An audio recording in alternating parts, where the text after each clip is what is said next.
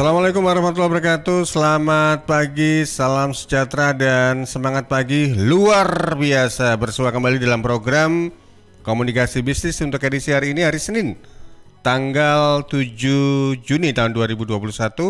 Tema yang diangkat nanti oleh Prof. Roni yaitu tentang naratif economics ketika cerita viral sanggup mengubah arah ekonomi dan bisnis. Dan untuk program komunikasi bisnis ini juga bisa Anda simak di Radio Praja Angkasa Trenggalek, Radio RGR Tulungagung, dan Max FM Waingapu Sumba Timur, Nusa Tenggara Timur. Tentunya nanti Anda bisa berinteraksi bersama kami di 0811 309 1009 atau di 031 896 1514. Sebelum kita mulai, saya ingin sapa satu persatu yang sudah join di Zoom. Ini suaranya kok eko ya? Kenapa? Oke. Baik, saya sapa satu persatu, di antaranya ada Pak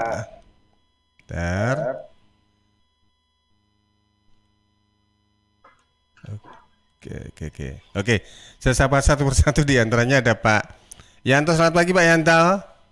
Selamat pagi, Pak Panji. Luar biasa ini Pak Yanto. Tetap semangat ya Pak Yanto ya. Ya, terima kasih. Kemudian ada Pak Jimmy MIG. Selamat pagi Pak Jimmy. Selamat pagi. Iya, ini newcomer ya Pak Jimmy ya? Iya Pak. Wah, saya tapi sudah kenal Pak Roni itu udah lama. Cuma Pak Roni yang udah lupa sama saya. Kenal sudah lama gitu ya. Cuma mungkin Pak Roni yang agak lupa gitu ya. Iya, soalnya saya terakhir ketemu beliau itu mungkin tahun 2006 ya. Waktu pelayanan di Gereja Isal masih Lawang, mungkin masih ingat nggak Pak Roni ya? Lupa mungkin ya. Waduh, kalau biasanya orang famous itu begitu. Jadi kita itu kenal tapi beliau mungkin karena banyak orang gitu ya, jadi agak-agak lupa gitu ya. Itu waktu itu temannya Pak Agus, dosen Petra Pak Roni. Oh gitu. Iya betul ya. Sekarang Pak Agusnya di Semarang Pak Roni. Iya. Luar biasa. Ternyata benar pepatah mengatakan dunia itu nggak selebar kantong kolor. Daun kelor maksud saya. Ketemu lagi ternyata. Oke, kemudian saya sapa Pak Rudi. Good morning, Master Rudi. Oke, selamat pagi juga. Apa kabar ini? Di living room luar biasa ini. Kalau ketemu sofa itu bawaannya pengen tidur gitu ya. Kemudian ada Pak Denis. Selamat pagi Pak Denis. Selamat pagi Mas Panji. Salam sehat buat semuanya, Pak Roni, Pak Rudi, Pak Yanto, Pak Jimmy. Kayaknya Mas Panji minggu lalu nggak ada ya? Iya, saya minggu kemarin ada rapat Dewan ini penerima hibah. Bukan. Saya minggu lalu nggak tahu. Saya baru lihat statusnya Pak Roni 2 hari yang lalu ya. Jadi saya coba. Oke, salam sehat semua. Terima kasih Pak. Baik Pak Denis. Kemudian ada Pak Roni Bambang. Bentar. Pak Roni Bambang Suyanto. Selamat pagi Pak Roni Bambang Suyanto. Yang manakah beliaunya? Beliau sudah beberapa kali ikut acara kita. Oh gitu ya. Baik, luar biasa ini. Ini bisa buat duet ini. Kalau dulu namanya 2D, sekarang mungkin 2R gitu ya. 2R. Iya. Baik. Bisa 3R nih. 3R ada Rudi juga. Oh gitu, luar biasa. Kalau 3R ini siapa yang tak ada lawan ini ya. Saya nggak ada lawan gitu ya. Baik, kita terkait dengan tema kita untuk naratif ekonomi ketika cerita viral sanggup mengubah arah ekonomi dan bisnis. Sebelum nanti dibuka oleh Pak Roni, saya jadi ingat beberapa waktu lalu sempat ada yang viral ketika Elon Musk itu yang nilai aset perusahaannya mencapai kualitriliun rupiah. Ketika nge-tweet soal Bitcoin itu langsung heboh Bitcoin gitu ya. Nah itu sedikit cerita saja, nanti Pak Roni yang akan menyampaikan pembukaannya. Moga Pak Roni. Terima kasih Mas Panji. Justru topik ini memang terkait atau terinspirasi oleh perkembangan model Bitcoin itu. Wow. Elon Musk gitu. Sampai orang tanya, siapa sih Elon ini? Gitu kan. Kenapa? Karena dia hanya dengan melakukan satu cuitan, tiba-tiba harga Bitcoin melejit luar biasa. Suatu saat dia melakukan cuitan lagi, maka harga Bitcoin turun luar biasa. Nah, fenomena ini bukan hanya Bitcoin, Mas Panji. Kalau pecinta tanaman hias itu ada namanya janda bolong. Oh Gitu iya. kan?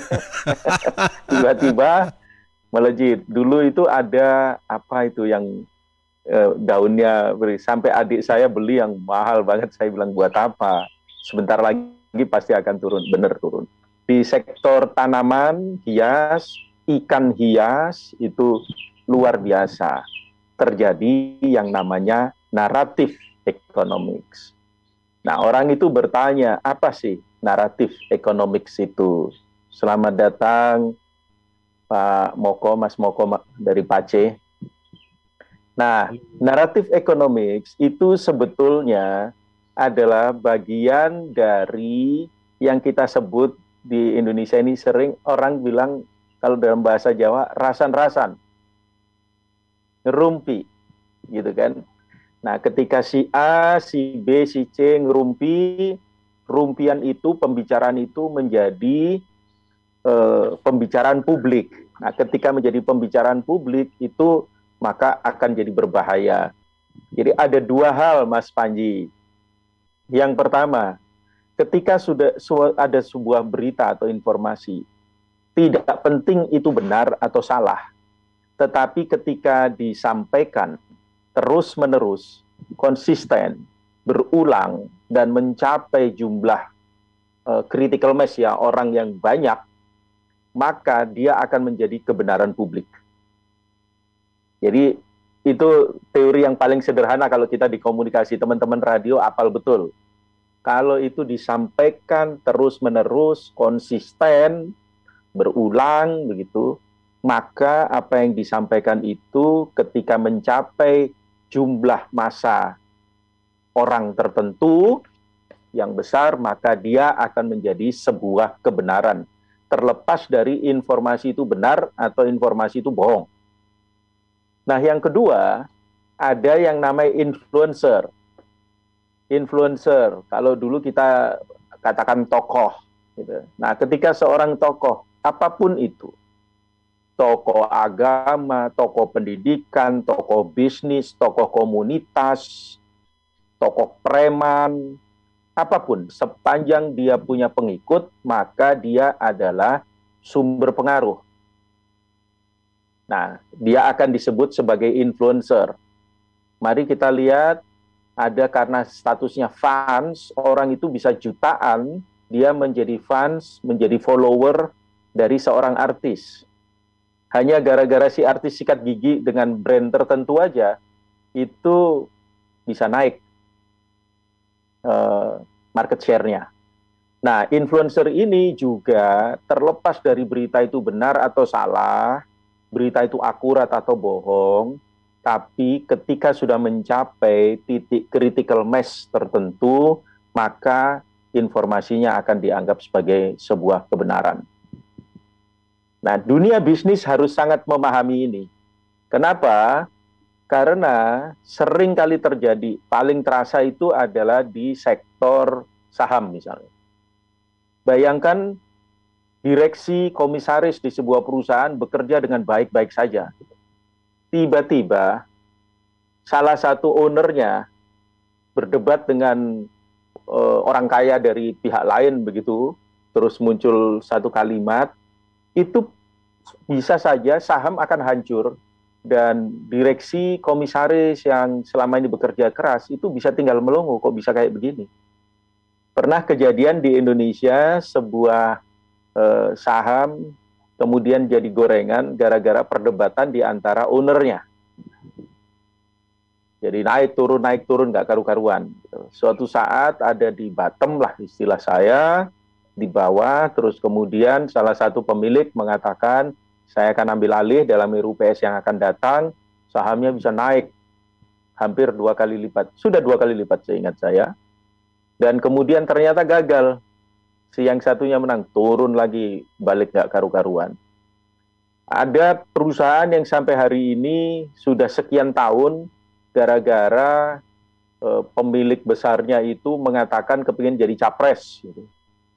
Sampai hari ini sudah sekian tahun nih, sejak 2000 berapa 13 itu kira-kira sampai sekarang ini sahamnya hanya Rp50, nggak naik-naik, seakan-akan dia dihukum. Nah ini hati-hati, ada dua hal yang kita pahami. Satu, ada pengelolaan manajemen yang baik dan benar, yang rajin dilakukan dengan baik. Tetapi para pelaku usaha itu harus juga sangat memahami ada narasi-narasi yang berkembang, apakah natural atau sengaja dikembangkan oleh pihak tertentu. Nah, contoh yang tadi itu tanaman hias, ikan hias, bahkan Bitcoin, itu bisa digoreng.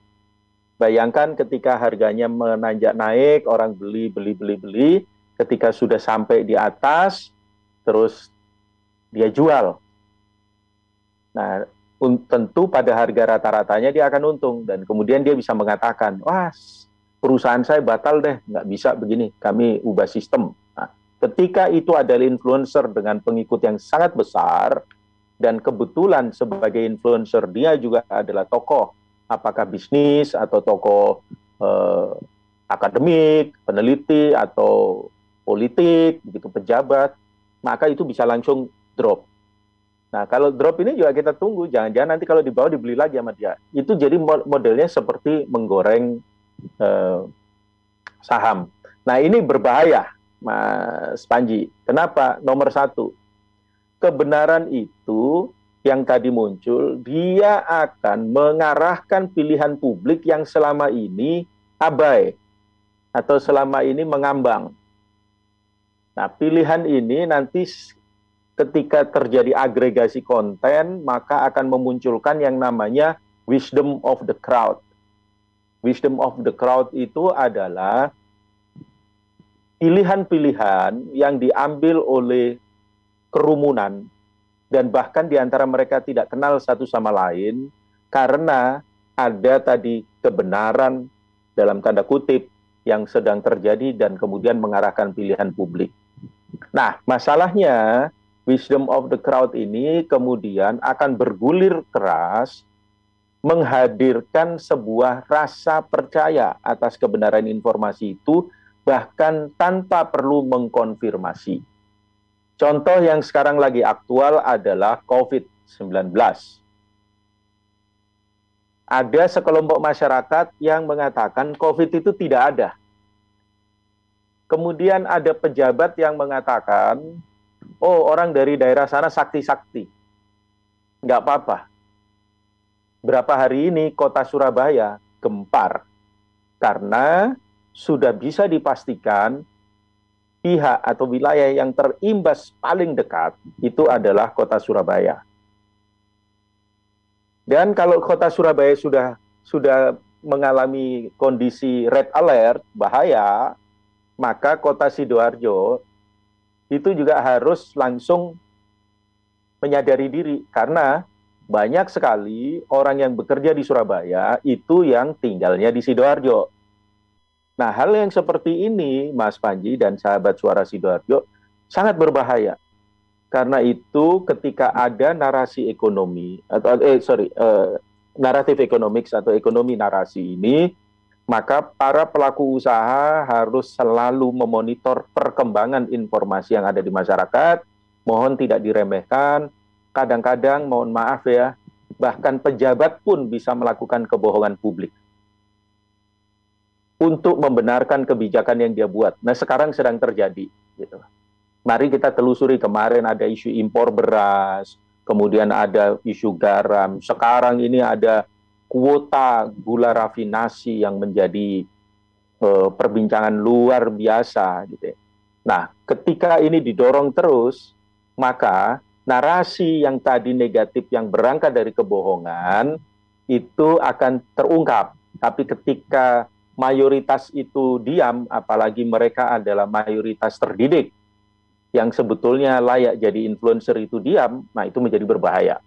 Karena arahnya bisa sangat negatif. Kira-kira itu Mas Panji, untuk bisa mengarahkan diskusi kita. Tentu nanti teman-teman yang ada di Zoom ini juga bisa memberikan pandangan masing-masing. Terima kasih. Ya, kalau kita kaitkan dengan sosmed sekarang itu adalah mulutmu harimaumu, mungkin begitu ya. Karena bisa berdampak negatif, bisa juga berdampak positif gitu. Betul, Baik. Mas Panji. Kalau Kalau teman-teman marketing malah sangat senang itu. Baik, saya coba ke Pak Jimmy ini sebelum ke pakar-pakar yang lain ini. Pak Jimmy. Ya Pak. Ya, siap. Ini biasanya kalau di program komunikasi bisnis ketika ada new member atau newcomer ini perlu ditanya-tanya ini. Ini bukan ospek loh Pak ini Pak. Perlu kita tahu sedikit background dan sebagainya. Lagi bisnis apa ini sekarang Pak Jimmy? Saya sih bukan bisnis Pak, saya profesional aja. Saya bekerja di Molindo Madusari Murni Indah Group Pak.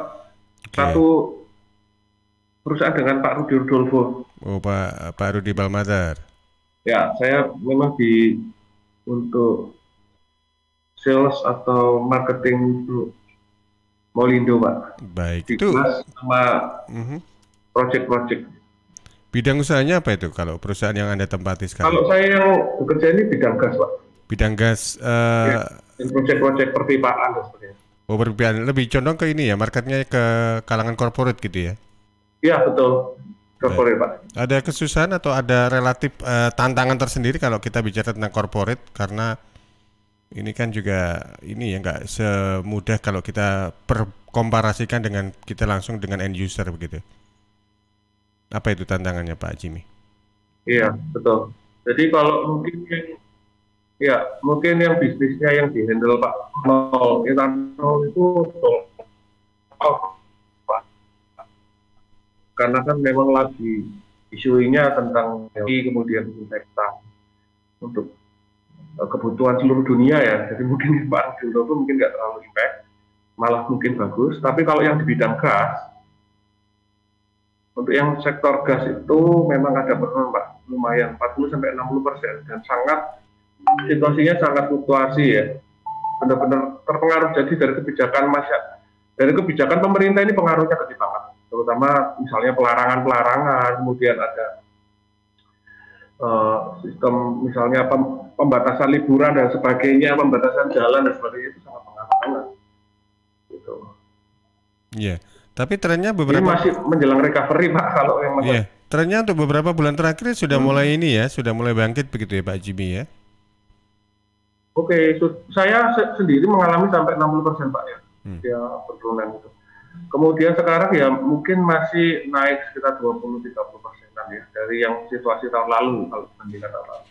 Iya, karena kita tahu multi efek dari COVID-19 ini luar biasa. Tapi kalau saya lihat secara kasat mata, maksudnya secara umum gitu ya, di jalan-jalan itu mal-mal sudah mulai bergeliat, resto juga, hotel ini relatif banyak aktivitas. Jadi ya mudah-mudahan ini akan lebih baik lagi dibandingkan dengan tahun sebelumnya. Baik, sukses untuk aktivitasnya Pak Jimmy.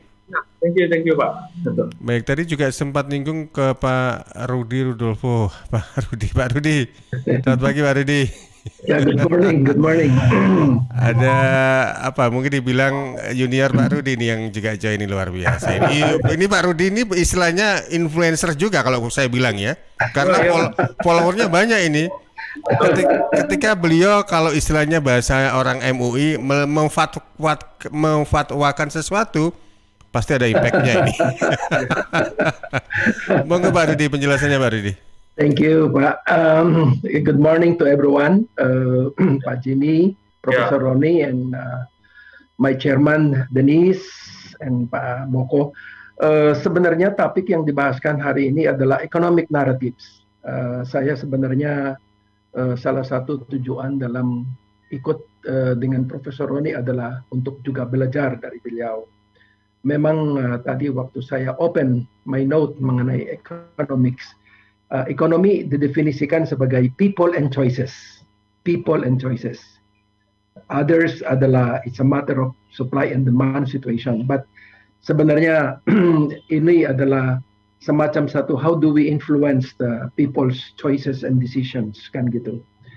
So menurut saya sih dari player of the business seperti tadi yang dikatakan oleh Pak Roni, management team against the owner. Sebenarnya salah satu tujuan dari management team atau board of director adalah pertumbuhan daripada bisnis. How business will grow in the future. Jadi mereka selalu menganut daripada the vision of growing bigger and bigger and bigger. But the source, sumber daripada growth adalah the marketing team.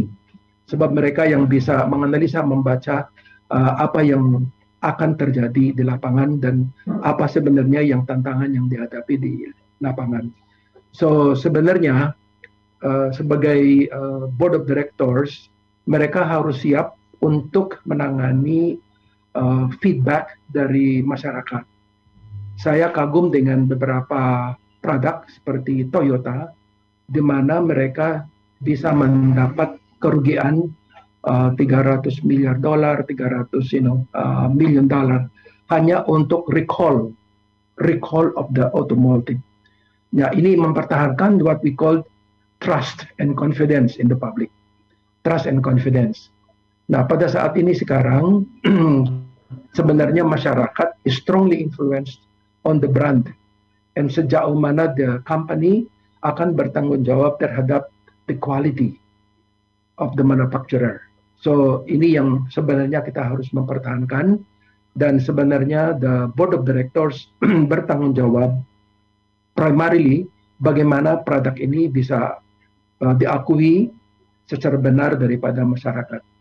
So basically kemungkinan muncul ada beberapa isu-isu yang terjadi di lapangan, sebab human by nature are gossiping, talking of negative things, etc., etc. So this is what we call the human free will. Human being has free will. They can say something dan akan menjadi a problem. But sebenarnya salah satu tanggung jawab daripada management team adalah bagaimana mengontrol, mengawasi all of these negative things. Sebab kalau kita lihat seperti di Amerika yang negara yang berkembang, trust is an important element. Jadi trust ini memang harus kita akui, harus juga ditanamkan di lingkungan kita. Nah, memang developing countries seperti Filipina, seperti Indonesia, easily susceptible dalam negative talk in the market yang akan mempengaruhi the brand of the product. Seperti yang terjadi beberapa tahun yang lalu bahwa ada keracunan yang dilaporkan di Bogor pada saat mereka beberapa anak yang makan mengenai mie, something mie goreng, and then the brand has been affected. Tapi the decision making process of the company is quickly bagaimana address the issue. Sebab ini mempengaruhi the image of the company. And then pada saat itu mereka juga ready to spend money to supply in the community untuk membuktikan bahwa itu adalah is not something wrong. Seperti in the last 3 days itu ada isu yang benar di Filipina, Jollibee. Jollibee adalah salah satu perusahaan yang paling besar. Salah satu consumer complaint because yang fried chicken itu adalah seperti towel yang di-cook menjadi looking like a chicken, and it is becoming a big issue in the Philippines. Now, Jollibee, the number one, food products in the Philippines, mereka melakukan this issue of this what we call narratives, negative. So mereka sudah ada campaign how to address the issue. So probably this is one issue that has to be done. So thank you very much, Professor Ronnie, for expressing the importance of this economic narrative. Mungkin rekan-rekan kita bisa share juga experiences. Thank you very much, Pak Panji. Baik, terima kasih Pak Rudi Balmatar. Kita tahu bahwasanya sekarang ini isu itu bisa dari mana saja begitu ya. Bisa dari netizen, bisa dari customer dan sebagainya, karena ditunjang lagi dengan kemajuan teknologi sekarang ini. Segala sesuatu kalau mungkin kita nggak puas itu bisa langsung di-upload di sosial media kita, dan kalau memang itu bisa jadi ada kemungkinan untuk viral. Ini beberapa waktu lalu sempat kita tahu ada soal menu di maskapai penerbangan yang juga viral, lalu produk semacam kayak tas gitu, wearable di Bandung yang juga sempat viral ketika ada customernya yang juga menulis tentang kritikan. Dan nah itu tadi seperti yang disampaikan oleh Pak Rudi, bagaimana mengadres dari isu-isu itu sendiri. Baik, saya ke Pak Denis. Pak Denis silakan. Baik, Mas Panji, terima kasih Pak Rudi udah adding to the scope of yang Pak Roni jelaskan. Memang ini sesuatu yang baru dan tetapi karena menurut saya pribadi ini karena teknologi yang luar biasa sehingga cepat sekali dia merebak ke kiri ke kanan. Ya, tadi Pak Rudi dan Pak Roni sudah jelaskan. Nah, saya sih ingat dulu puluhan tahun yang lalu mungkin Bami Gajah Mada deh, saya ingat saya. Ya, pernah kejadian juga dikerjain orang lah istilahnya. Ya, terlepas itu benar atau enggaknya itu puluhan tahun yang lalu. Dan saat itu teknologi belum seperti sekarang. Ya, jadi barangkali nggak banyak orang yang tahu, lalu juga nggak secepat itu beritanya, tetapi tetap menjadi pengaruh dan sempat seingat saya beberapa lama kita termasuk saya juga nggak berani juga itu makan gitu ya ke Gajah Mada. Tetapi akhirnya saya melihat ini sebenarnya jangan-jangan malah membantu dia ke depannya gitu. Karena apa? Dia makin dikenal tanpa bayar public relations company. Ya, jadi kita memang sulit sekali itu menjelaskannya pada saat itu. Ya, itu yang pertama. Yang kedua, saat ini yang tadi Pak Roni Elon Musk itu dia cuman ngomong satu kalimat aja langsung jeblok. Tapi karena apa? Karena dia mau promote yang Dogecoin itu kalau nggak Dogecoin kalau nggak salah ya. Dogecoin ya Pak Roni ya. Jadi ya itu manusia seperti itulah. Jadi kalau udah kepentingan yang berjalan, mereka. Nah, apa sih pelajarannya kalau saya menarik untuk melihat seperti ini? Akhirnya apa? Yang menjadi penting adalah kedewasaan kita masing-masing. Yang jadi masalah ini nggak semudah kita ngomong, ya. Banyak sekali orang-orang yang cepat terpengaruh dan juga cepat terbawa dengan statement-statement seperti itu. Tapi barangkali kalau yang sudah lebih matang, lebih senior, lebih sudah lewat asam garam, mungkin kita bisa lebih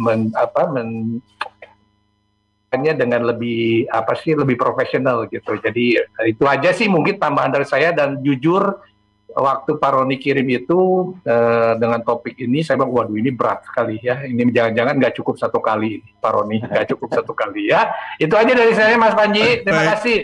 Terima kasih Pak Denis untuk waktunya. Ya kalau nggak cukup sekali ya, mungkin kita buat serial nggak apa-apa Pak. Kayaknya begitu deh. Tapi dengan topik yang khas-khas itu loh. Ya. Baik, karena banyak sekali sebenarnya saya mau bicara, teman waktunya kan nggak cukup. Terima kasih. Oke, terima kasih Pak Denis, Pak Roni, dan juga untuk Pak Rudi serta bapak-bapak yang lain. Di sini ada Pak Yanto, Pak Anto, kemudian Pak Jimmy, Bu Yulia juga, Pak Moko Pace juga. Kita jeda dulu, nanti kita akan kembali sesudah beberapa pesan berikut ini.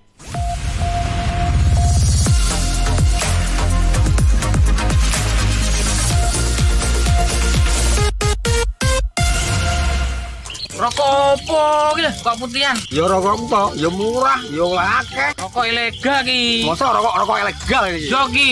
Lah awakmu kok roh nek iki rokok ilegal? Rokok ilegal iki gak nek pita cukene. Samen paling roe bandro kuwi lho. Rokoke kudu enek merek karo nama perusahaane sing terdaftar ndek bea cukai. Lokasi pembuatane ndek kene ya gak enek. Terus ndek kene rokok ilegal gak enek gambar karo peringatane teko pemerintah. Berarti rokok ilegal gak resmi no? Aduh ya mesti to lemul. Rokok ilegal merugikan negara. Mergo ora bayar cukai sing digembangun negara. Walah tutu, sepenting wong-wong gak roh. Loh, gak iso le iki. Makane to le, tuku sing pasti-pasti ae. Aja ngawur.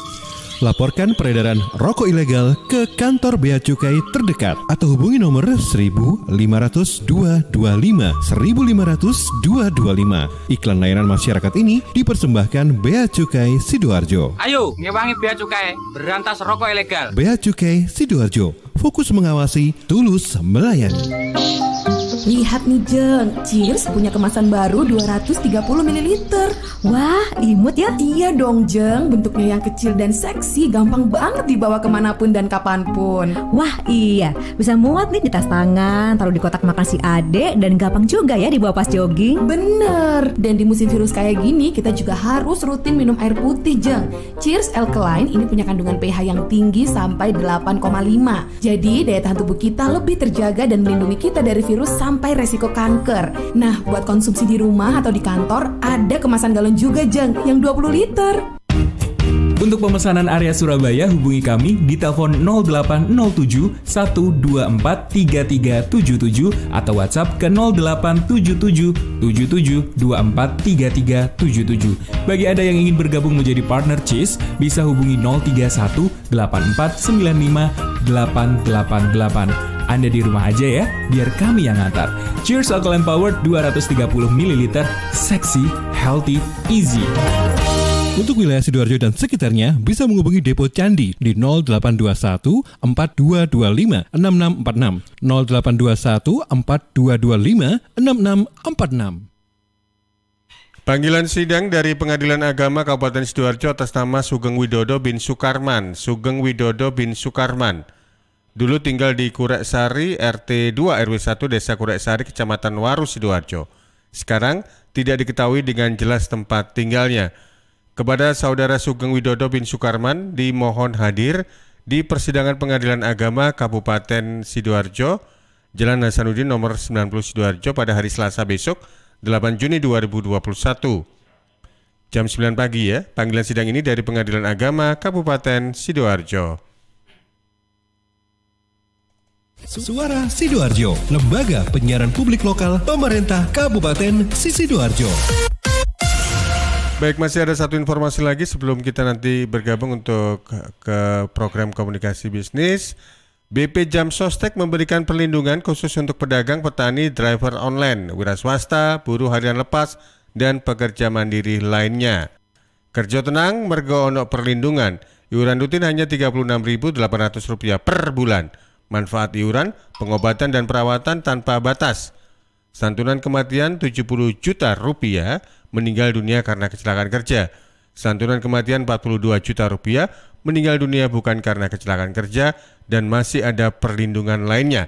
Info lebih lanjut hubungi 031 894 55924. 031 894 55924. Informasi ini dipersembahkan oleh BP Jam Sostek Sidoarjo.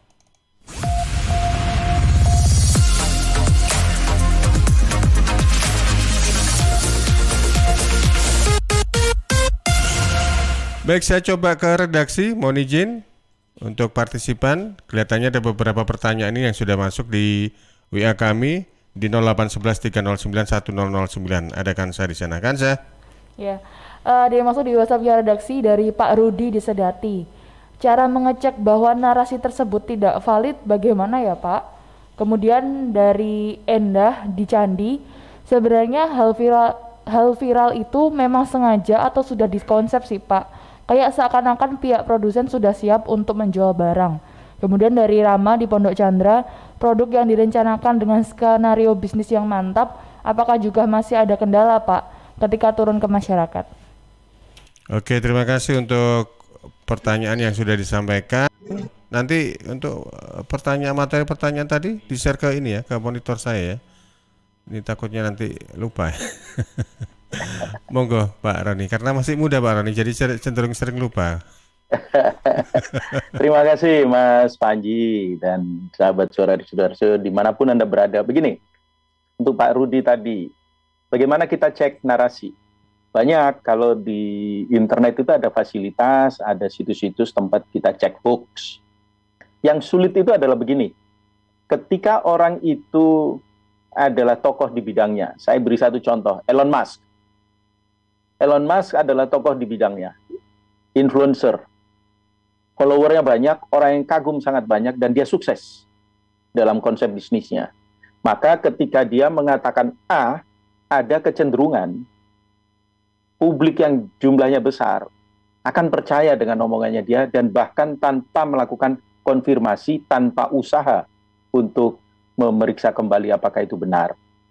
Nah, kalau orang-orang seperti Pak Denis, Pak Rudi, Pak Yanto Sidik, Pak Moko, saya, begitu ya, kalau dapat informasi, itu kami terima.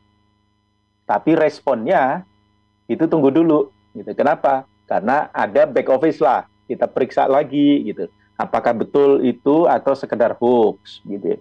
Nah, kalau mau buktikan, silakan masuk ke grup-grup WhatsApp lah. Nanti ada berita yang agak eksotik begitu, terus di bawahnya ada link. Kecil peluangnya orang itu untuk ngeklik link itu, untuk membuktikan benar atau tidaknya. Dan yang berbahaya adalah ketika ada narasi yang bahkan tidak ada tautannya, tidak ada linknya. Itu bisa sama orang diubah-ubah. Ditambahi kata, dikurangi kata, dan sebagainya. Jadi itu berbahaya. Tapi yang lebih berbahaya adalah ketika itu dilakukan oleh tokoh yang dihormati oleh komunitasnya. Tokoh bisnis, tokoh agama. Itu sekarang lagi banyak persoalan. Kenapa? Karena ada sekelompok tokoh tertentu yang entah bagaimana mengembangkan narasi yang aneh begitu. Sehingga ini membuat orang contoh COVID lah sekarang. Sudah mulai kejadian. Bagaimana ada yang mengatakan bahwa COVID itu tidak ada, COVID itu rekayasa buatan. Faktanya yang sakit, yang meninggal itu ya sudah banyak, begitu loh. Nah, tapi ini sesuatu yang menarik, begitu. Nah, yang kedua, Bu Endah dari Candi. Ini bisa high viral karena dikonsep. Bisa saja. Kita tidak pernah tahu apa yang dipikirkan Elon Musk ketika dia pertama kali mengatakan bahwa perusahaannya dia akan menggunakan Bitcoin. Dia sendiri perusahaannya membeli Bitcoin. Terus setelah sekian lama Bitcoin naik luar biasa, tiba-tiba dia mengatakan, kami nggak jadi. Turun lagi begitu ya. Nah, terus tiba-tiba ngomong yang lain yang tadi disampaikan oleh Pak Denis. Jadi kita nggak pernah tahu, mungkin saja memang sudah sejak awal dirancang.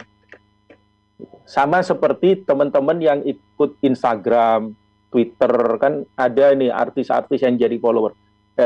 Apa yang dia lakukan? Anda jadi followernya dia. Apa yang dia lakukan Anda perhatikan, di cross check nggak? Kalau di TV paling gampang dilihat. Enak-enak diskusi, ngobrol, ditanya begini-begini, tahu-tahu ada seorang artis akan mengeluarkan satu produk tertentu, misalnya obat sakit kepala. Dia keluarin dari sakunya. Tahu-tahu dia ngomong, oh iya saya kemana-mana bawa ini loh obat ini. Karena kadang-kadang kita sakit kepala terus kita minum. Itu contohnya. Dan menurut saya itu baik. Itu kan nggak ada urusannya dengan pertemuan yang tadi, ngobrol segala macam. Itu adalah iklan yang disisipkan. Tetapi karena dia influencer, fansnya sangat banyak, jadi berisiko. Makanya dulu ketika vaksin pertama kali itu dilakukan yang bersama-sama dengan presiden, itu kan ada artis, influencer, diajak di sana. Tapi malamnya kan dia bikin pesta tanpa masker, tanpa protokol, dikritik habis dan dia ditegur oleh istana. Kenapa? Karena dia diharapkan itu justru mempengaruhi yang positif, kejadiannya justru negatif gitu. Nah ini yang nggak bisa gitu. Ketiga yang saya maaf tadi namanya begitu ya, tapi dari Pondok Chandra gitu kan. Skenario bisnis mantap. Yang ketiga Rama, Pak Roni. Oh ya, Pak Rama dari Pondok Chandra. Nah ini nanti ahlinya ini, kayak Pak Rudi, Pak Denis ini bisa share ini. Kalau saya mengatakan begini, skenario bisnis itu tidak ada yang mantap. Skenario bisnis itu dibangun menurut logika yang berkembang di dalam perusahaan itu. Ada yang namanya keterbatasan informasi yang dia miliki. Jadi, saya mengambil keputusan berdasarkan informasi yang ada, berdasar kemampuan dan pengetahuan saya bangun skenario. Menurut saya itu yang terbaik. Belum tentu menurut Pak Denis, Pak Rudi, Pak Yanto yang jam terbang lebih tinggi, itu baik. Jangan-jangan itu cuman, nggak ada apa-apanya gitu ya. Jadi hati-hati dengan istilah skenario bisnis yang mantap. Tapi pada prinsipnya skenario itu minimal mengandung 3 hal. Kalau ada yang terlalu baik bagaimana? Jadi namanya optimistik kan gitu kira-kira. Jadi saya biasa pertumbuhan 10%, saya rencanakan 10%. Tahu-tahu ternyata ini dalam waktu singkat sudah 25% nih, apa yang harus saya lakukan? Karena skenario itu bisa nggak cocok lagi kan gitu. Nah maka ada yang linear, yang ya 10% dulu 10%. Kayak di birokrasi kan biasanya begitu, pemerintahan. Tahun lalu 10, sekarang 10 dan seterusnya. Nah ada lagi skenario pesimistik. Apa yang terjadi kalau tiba-tiba ekonomi rontok? Gitu kan? Nah kemarin itu mereka yang tidak membangun skenario pesimistik dengan seluruh contingency plan-nya, kacau balau waktu terjadi COVID. Karena banyak yang mengira COVID itu paling 3 bulan, 6 bulan paling lama selesai. Gitu kan? Ternyata ini sudah 1,5 tahun masih ada di antara kita.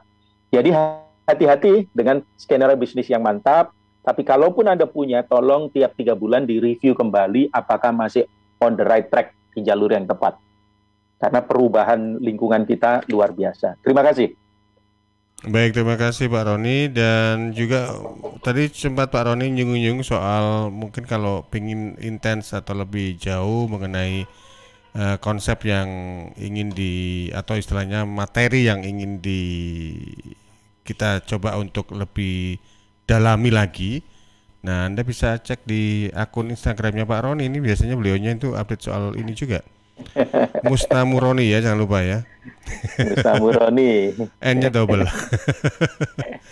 Baik Pak Roni, sekaligus closing remark dengan tema kita naratif economics.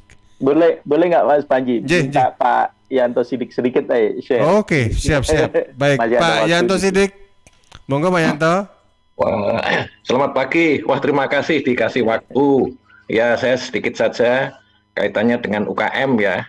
UKM itu kan membutuhkan pendapatan, sedangkan pasarnya sering tidak berkembang sesuai dengan harapannya. Jadi kalau kita lihat itu yang sebelum ada teknologi itu MLM, itu dulu semua orang ikut multi level marketing, nggak tahu hasilnya ya. Jadi memang UKM atau orang-orang yang cari pekerjaan, cari pendapatan ya berkembang. Terus begitu surut muncullah waralaba, ya sampai pecel saja di waralaba itu ya sebentar turun lagi. Nah sekarang itu ada digital marketing, ya itu baru tren. Jadi memang bagi UKM itu harus ada coaching ya, harus hati-hati dengan apa yang konsep dikemukakan oleh Pak Roni itu betul sekali itu karena UKM itu memang harus betul-betul ditolong ya. Jadi tidak terpengaruh oleh sana sini. Itu 3 contoh. Jadi contoh yang narasi yang lain cukup banyak, tapi 3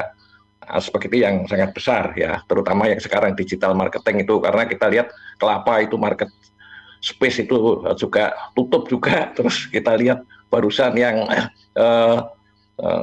Gojek dan Tokopedia itu merger dan sebagainya. Jadi memang harus hati-hati sekali dengan masalah narasi ekonomi. Terima kasih ya. Ya, oke. Terima kasih Pak Yanto. Monggo Pak Roni. Ya, Mas Panji, sahabat Suara Sidoarjo, dimanapun Anda berada, dan teman-teman di Waingapu, melalui Max FM Radio, teman-teman di Trenggalek dan Tulungagung. Ketika kita bicara tentang ekonomi naratif, itu kan kita bicara tentang informasi yang sedang berkembang atau bahasan-bahasan yang sedang berkembang di tengah masyarakat. Sebagian adalah fakta, sebagian adalah rekayasa, mitos yang sengaja diciptakan oleh orang-orang tertentu untuk mengambil keuntungan tertentu. Makanya kadang-kadang kita bingung, kok ada banyak hoax bertebaran? Gitu. Kalau di media-media massa itu ada clickbait, bikin judul yang bombastis supaya orang penasaran diklik. Nah, jangan lupa semakin banyak kliknya itu iklannya masuk. Kan gitu. Tujuan dia adalah supaya kita ngeklik dan masuk. Dia nggak peduli dengan kualitas informasi. Bahkan kita marah pun dia nggak peduli karena kita sudah terjebak masuk di dalam sistem yang menyebabkan dia dapat iklan. Nah, yang hati-hati itu begini. Ada yang namanya seasonal, musiman. Dengan sengaja didongkrak supaya menjadi viral pada musim tertentu. Dan itu memang terkait dengan pemasaran. Apakah itu sebuah kebenaran? Ya harus kita uji dulu. Tapi kalau mau kita dorong, kita harus kembali melihat pasar kita. Secara teknis sederhana, kita bisa pilah pelanggan kita menjadi 3 jenis perilakunya. Yang pertama adalah orang-orang rasional. Dia harus tahu dulu, dia suka, baru dia putuskan. Orang yang seperti ini sulit sekali untuk dimenangkan. Karena semua technical detail akan ditanya, tetapi ketika dia sudah berhasil, maka dia nggak perlu lagi terlalu banyak kita pelihara. Kenapa? Karena dia sudah merasa keputusannya paling tepat, dia akan loyal, bahkan dia akan membantu kita merekomendasi kepada orang lain. Tentu mereka akan memeriksa kembali apakah masih relevan, tetapi tidak sesulit ketika kita memenangkan di awal. Jadi komunikasinya itu lebih kepada update produk barang atau jasa yang kita miliki. Kelompok yang kedua relatif sangat mudah untuk disentuh. Mereka bergerak dengan basis emosionalnya, mikir pakai hatinya. Dia akan mengikuti tren, dia akan lihat, oh tetangga-tetangga saya semua ngomongin gini. Semua di medsos, di lingkungan saya mereka ngomongin ini. Ini semua dibahas, oh ini begini. Jadi dia ikut hati, dia nggak mau ketinggalan kereta, dia tidak ingin ketinggalan tren, maka dia ingin menjadi bagian dari apa yang itu. Orang-orang yang seperti ini kadang-kadang didorong oleh rasa gengsi. Jadi kalau mau memenangkan mereka, menangkan hatinya, menangkan gengsinya, maka dia akan lakukan. Mohon maaf nih, banyak orang yang membeli handphone yang harganya sampai 30-40 juta, bahkan ada di atas 100 juta. Pertanyaan saya, apakah semua fungsi, fitur yang ada di handphone itu dipakai? Enggak. Paling-paling ya cuman pakai telepon. Atau pakai ngirim teks. Misalnya. Itu masih mending. Jangan-jangan hanya digunakan untuk simbol status. Nggak pernah dipakai. Nah, hal-hal yang seperti ini itu bisa terjadi. Nah, orang-orang ini adalah orang-orang yang ada di dalam kelompok yang emosional tadi. Mudah dimenangkan, tetapi sebetulnya hati-hati juga, tidak ada loyalitas. Ganti musim kita harus dekati. Hari ini warna rambut pirang, semua orang suka. Besok dia akan ganti warnanya itu seperti tembaga, dia akan suka. Kenapa? Karena semua begitu. Hati-hatilah. Termasuk kalau ada kampanye tentang ada produk mobil baru, gitu kan. Bahkan kalau kita mau jujur ya, perbedaan antara apartemen dan rumah susun itu kan seperti warkop dan kafe. Guyonannya kan begitu, candaannya. Yang satu pakai bahasa Indonesia harganya murah, yang satu pakai bahasa Inggris karena itu harganya mahal. Gitu. Nah, tentu karena mahal, untuk membenarkan rasa mahalnya itu, maka ada fitur yang ditambahkan. Bahwa dekorasi masuk lobinya kayak hotel bintang 5 dan gitu. Tetapi antara investasi yang kita keluarkan dengan tambahan fitur tadi sebetulnya nggak imbang. Tapi kan kita gengsi nih. Ada seseorang menjual apartemennya, menjual rumahnya di Kelapa Gading, Jakarta, hanya untuk menyewa apartemen di Pantai Indah Kapuk, supaya alamatnya Pantai Indah Kapuk. Bagi saya, aneh nih orang, nggak rasional. Tapi dia melihat bahwa saya akan dipersepsi kaya, saya akan dipersepsi sukses, karena itu nanti bisnis saya akan lebih lancar. Nah, ini perbedaan ya, ini perbedaan. Nah, yang ketiga adalah orang yang disebut low involvement, yang nggak terlalu terlibat macam-macam. Yang penting fungsional. Saya mau ngechat. Apapun warna chatnya, saya tukang chat. Apapun brandnya, saya tukang chat. Maka kalau saya diberi peluang untuk memilih, maka saya akan memilih chat yang kalau dibuka galonnya di dalam ada plastik berisi uang. Itu hak saya. Maka perusahaan-perusahaan chat tertentu akan memasukkan hadiah-hadiah di dalam kaleng chat itu. Karena tukang-tukang akan merekomendasi ke sana. Nah, orang seperti ini pilihannya itu adalah fungsional, ketersediaan, dan harga paling murah, atau manfaat buat dia dalam hal ini adalah hadiah. Kira-kira itu, Mas Panji, yang harus kita cermati. Prinsipnya adalah check and recheck, jangan selalu terpengaruh dengan apa yang sedang berkembang, terutama kalau Anda diminta untuk investasi Apakah itu di pasar uang ya, pasar modal, atau untuk kayak tadi Bitcoin, atau kayak dulu Jati Emas. Berapa orang rontok gitu kan? Gara-gara itu. Terima kasih Mas Panji. Baik, terima kasih Pak Roni, luar biasa ya. Sekali lagi check and recheck kita perlu lakukan ya. Karena kalau kita salah melangkah, nah rugi di kemudian hari. Matur nuwun, terima kasih untuk partisipan semuanya. Semoga lancar dan sukses untuk aktivitasnya dan salam sehat untuk semuanya. Sampai jumpa. Terima kasih semuanya. Salam sehat. Salam sehat.